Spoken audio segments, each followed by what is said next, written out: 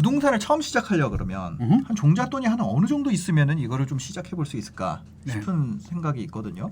최근에 가격이 많이 오르다 보니까 이 시장 진입 자체가 사실 어려워진 상황이 있어요. 그런데도 여전히 그러면은 20대, 30대 중에 이제 진입을 못한 사람들, 그럼 우리는 그럼 주식을 해야 될까? 근데 처음 주식이 부동산보다 어렵다 그러더라고요. 그 주식도 공부를 많이 해야 되고 부동산도 공부를 많이 해야 돼요. 근데 이제 주식이 상대적으로 어렵다고 생각한 거는 뭐냐면은 주식은 변동성이 굉장히 크잖아요. 그러니까 부동산은 그냥 이렇게 묻어도 그러면은 이제 떨어지는 게 눈에 그렇게 안 보이잖아요. 그러니까 상대적으로 또 시간이 흐르면 올랐고 그동안에 올랐고 그러니까 상대적으로 내가 투자에 쉬워라고 생각하지만 주식 같은 경우는 바로 그 성적표를 갖다가 매분마다 보잖아요. 지금 오르고 떨어지고 뭐 아침에 올랐는데 오후엔 떨어지고 그러니까 그러니까 상대적으로 이제 어렵다고 이제 생각을 하는 거죠. 그런데 주식 투자도 투자라는 거를 배운다는 측면에서 보면은 저는 나쁘다고 생각하지 않아요. 그러니까 그 너무 과욕만 부리지 않으면은 이 투자 마인드 키우는 데는 굉장히 좋아요. 그리고 저 같은 경우는 이제 제 아들한테도 이제 그 주식 투자를 권하거든요. 그 아들이 유치원 다니는 게 아니고 대학교 졸업해가지고 회사를 다녀요.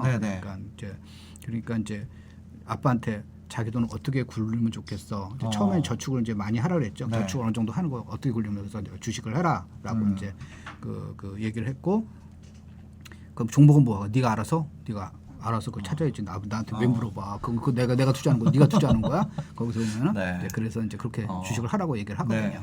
그거 하라는 거 보니까 처음에 지금 산 거예요. 뭘 샀어요? 그거 가지고 아빠 잠이 하나 떨어질까봐. 그래서 오케이, 그게 바로 투자의 첫걸음이야.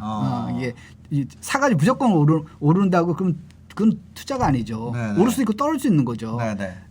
회사에서 열심히 일한 거 아니에요. 그래가지고 여러분들 열심히 일하는데 그게 떨어져. 그럼 손해나잖아요. 그러니까 그거 다 해보면서 이제 주식을 하면서 마인드가 생기면 그다음에 이제 다행히 거기서 수익까지 생기면 더 좋은 거고 첫 번째는 거기서 공부하라는 측면에서 해보라는 말씀드렸던 거고 그걸 하는 건데 그럼 아까 본론으로 들어와가지고 그럼 얼마를 가지고 부동산은 얼마를 하냐? 많으면 좋아요.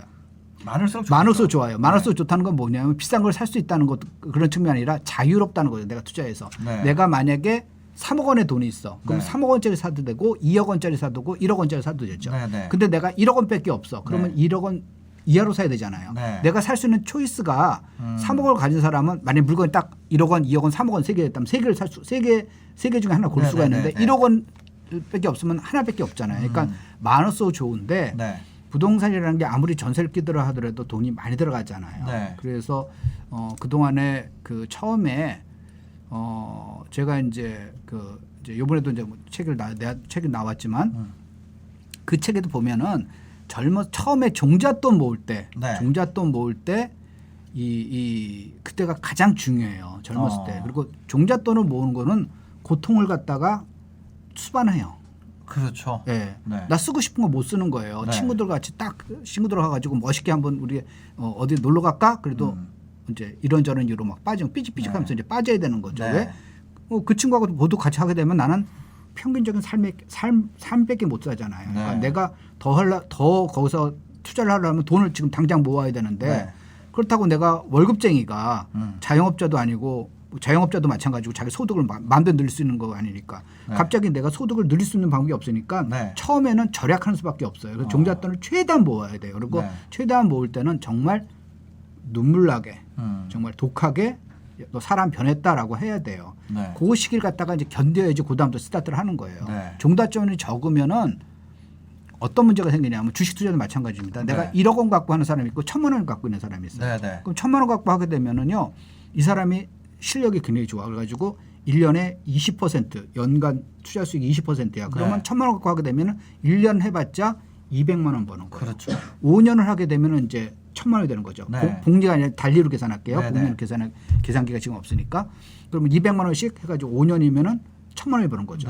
근데 1억 갖고 하는 사람은 이 사람은 실력이 이 A라는 사람보다 적어요. 그래서 20%가 아니라 연간 10%밖에 수익을 못 거둬요. 근데 1억 갖고 하게 되면은 1,000만 원씩 하는 거죠. 5년째는 5천만 원이에요. 그럼 이 사람이 1,000만 원 자산이 늘어난 동안은 이 사람은 5천만 원이 자산이 늘어나는 거예요. 실력이 없는데 처음에 무슨 차이냐면 바로 종잣돈의 차이 때문에 그렇습니다. 그래서 종잣돈 모을 때는 이 재테크의 가장 처음은 무조건 종잣돈 모으는 거예요. 빨리 네. 시작해야 돼요. 빨리 시작하고요. 처음에는 욕 주변 사람한테 욕 뒤지게 먹고 정말 저 사람 바뀌었다. 네. 정말 바보다 이런 소리 듣도록 정말 독하게 모으지 않으면은 주식도 마찬가지고 부동산도 마찬가지고 처음에 네. 어려워요. 그러니까 처음에 종잣돈을 얼마나 모으느냐에 따라서 그다음에 성과가 달라지는 겁니다. 부동산 같은 경우도 보면은요. 지금도 뭐 지방 이런 데 가면은 뭐 한 1, 2천만 하고 투자할 수도 있는 데도 있어요. 네. 그런데 문제는 잘 생각해 보세요. 그렇게 좋은 데면은 전국에 있는 투자자들 그러니까 속에 투기꾼이라 부르는 사람들이 그거 왜 안 샀을까? 예. 한번 생각을 해 보세요. 내가 길거리에 가다가 보석 같아. 이거 네. 보석을 주웠는데 봤더니만 이거 아무도 이거 못 봤지. 내가 보석 주워서라고 생각하지만 네. 알고 봤더니 누가 먹다가 버린 눈깔 사탕. 사탕도 바짝바짝하잖아요. 막 네. 에메랄드처럼 보이고 어떨 땐 사파이처럼 보이잖아요. 네. 네. 그럴 수도 있다는 거예요. 지금 수많은 사람들이 수십 년 동안 투자를 했는데 왜 이걸 갖다가 건들지 않았을까 생각을 해보세요. 싼 거는 분명히 싼 이유가 있고 비싼 거는 분명히 비싼 이유가 있는 거죠. 물론 네. 그중에서 오버슈팅 되는 데가 있고 저평가된 데가 있어요. 틀은 있습니다. 네네. 근데 오버슈팅이나 저평가된다는 거는 미래의 가치에서 그런 거죠.